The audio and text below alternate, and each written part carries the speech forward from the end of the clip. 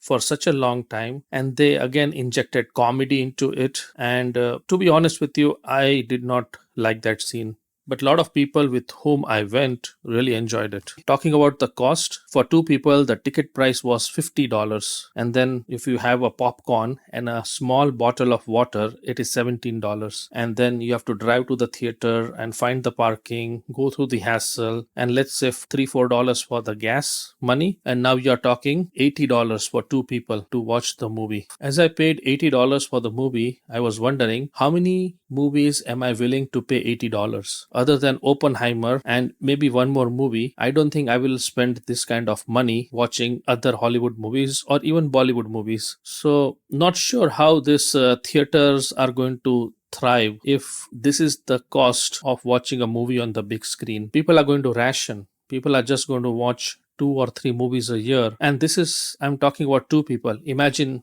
if there's a family of four, then you're talking like $120 $130 for just one movie, and $130 is like the whole year of Netflix. So you do the math. In conclusion, movies like Mission Impossible are iconic franchises, and almost every one of us are going to watch it. And just my advice would be, don't do the mistake that I did. Don't go there with sky high expectation. Just go to the movie, chill out, and enjoy what is being shown to you without trying to find faults and judging it. If you do that, you will really enjoy Mission Impossible. And guess what? In spite of me not being very happy, you bet I'm going to watch Mission Impossible Part 2, because why not? There are only few movies worth watching in the big screen, and Mission Impossible is definitely one of them. So whenever you have time, go to your nearest theater and enjoy this movie on a big screen.